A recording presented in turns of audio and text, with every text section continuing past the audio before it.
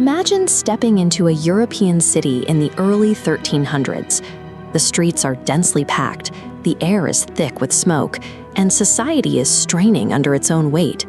For 3 centuries, Europe had basked in a warm climate, leading to a massive population boom.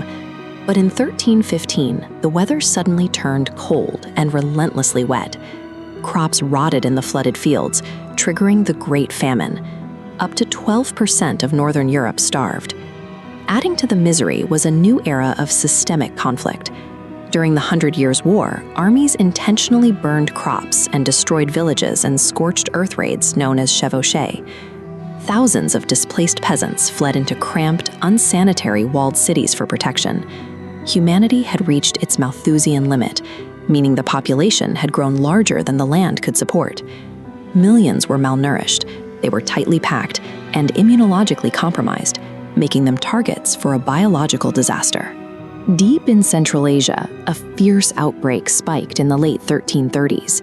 It traveled west along trade routes until it reached the siege of Kaffa in Crimea. There, a besieging Mongol army, dying of the sickness, catapulted infected corpses over the city walls. This map tracks the pathogen's path. Fleeing Genoese ships carried the infection from Kaffa directly into Mediterranean ports. By 1347, the sickness was spreading outward, engulfing Italy, France, and England in a matter of months. The culprit was Yersinia pestis, a bacterium carried by fleas living on black rats. When infected rats died off, the starving fleas jumped to human hosts, injecting the bacteria directly into their bloodstreams. This chart details the 3 distinct ways the disease destroyed the human body. The bubonic form, known for black, swollen lymph nodes, killed up to 75% of its victims. If the bacteria reached the lungs, it became pneumonic plague, spread through coughing, with a mortality rate near 100%. The rarest form, septicemic, infected the blood and could kill within 24 hours. Up to 60% of the population in impacted regions was wiped out. Millions were dying, yet they lacked any concept of germ theory or bacterial infection to explain what was happening to them. Medieval doctors were blind to the microscopic reality of the disease. They relied heavily on ancient texts by Greek and Roman physicians, which provided no useful guidance against the current outbreak. The prevailing scientific consensus was miasma theory, the belief that the disease was caused by bad, foul-smelling air. This led to treatments like bloodletting to balance bodily fluids, or strapping live chickens to open sores in the hope of drawing out the poison. This 1656 engraving shows the plague doctor costume, the most recognizable symbol of medical desperation. While a 17th century invention, it illustrates historical attempts to create a physical barrier. The beak was stuffed with aromatic compounds to filter out supposedly toxic air. These methods failed. With medicine powerless, society's first line of defense evaporated, leaving the population feeling entirely abandoned by science.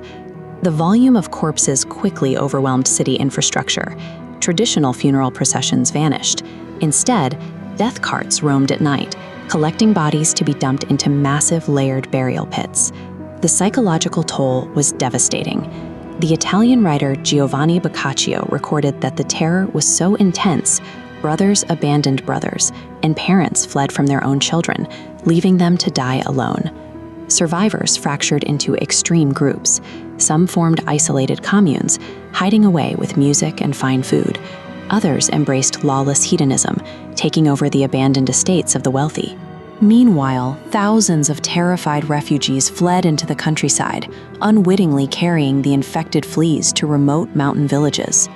When the fear of infection took hold, the basic social bonds of family and community empathy simply dissolved. The 14th century was an era of deep faith, but the constant prayers, fasting, and grand church processions did nothing to stop the dying. A massive spiritual crisis set in. In response, radical lay movements emerged. Groups known as flagellants marched from town to town, publicly whipping themselves with iron-tipped scourges in a desperate attempt to appease God's anger through physical pain. The panic also triggered a search for human scapegoats. Wild rumors spread that Jewish communities were poisoning wells to destroy Christendom. Despite the Pope explicitly condemning the violence, Entire communities were rounded up and killed in mob executions. The biological crisis ended in a state where terror-driven violence became a routine response to an invisible, incomprehensible threat. For the survivors, the trauma embedded itself into the culture, shifting the focus of medieval art and literature to an obsession with mortality. This is a depiction of the Danse Macabre, or Dance of Death. The artwork typically features dancing skeletons leading figures from all walks of life to the grave, illustrating that death comes for kings and peasants alike. In a world fiercely divided by wealth and status, this imagery drove home a hard truth.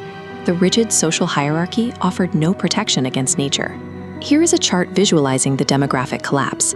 In just a few years, Western Europe lost roughly 50% of its total population. Millions of people vanished. But this loss of life created an intense labor shortage. Suddenly, the surviving peasant workers were in high demand. Landowners, desperate for someone to farm their fields, had to offer higher cash wages and better working conditions. This shortage of labor meant that many unfree peasants could outright refuse their old feudal obligations and demand the right to free tenancy for the first time. Modern skeletal research even suggests the plague acted as a brutal genetic selector. The people who survived passed on improved immune responses to the next generation, creating a biologically hardier population. The pandemic left behind a transformed landscape, a population with stronger immune systems, and a workforce with the power to demand a different way of life.